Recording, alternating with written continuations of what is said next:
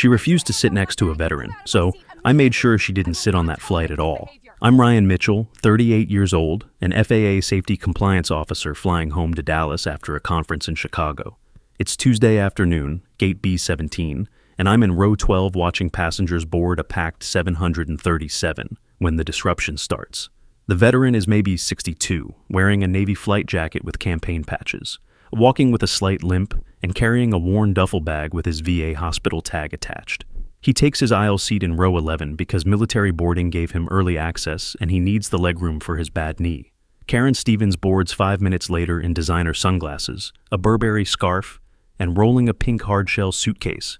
And the second she sees him next to her seat, she stops and says loud enough for half the cabin to hear, "I'm not sitting next to that. Move him."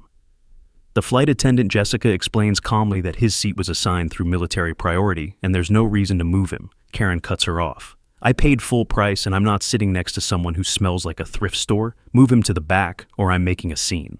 She does exactly that. Standing in the aisle blocking 20 passengers, raising her voice, and pointing at the veteran while he sits silently staring at his hands. 3 passengers pull out phones recording. I stand up, pull my FAA credentials from my jacket, and walk to row 11 while speaking to Jessica. Tag her as a level 2 disruptive passenger under FAR section 121.580. She's refusing assigned seating, harassing a protected passenger, and obstructing boarding operations. Jessica checks my badge, nods, and calls the gate while Karen turns white, stammering, "You can't do that. I have rights," I reply calmly. "You have the right to deplane immediately or be removed by security. Your choice." Gate security arrives in 90 seconds. 2 officers escort her off while she's screaming about lawyers, and the entire cabin watches as her pink suitcase gets pulled from overhead. The airline puts her on their do not board list for 72 hours. The FAA opens a review, resulting in a $4,200 fine and mandatory conduct training. And the video goes viral with 2.3 million views by morning under #HashPlaneKaren.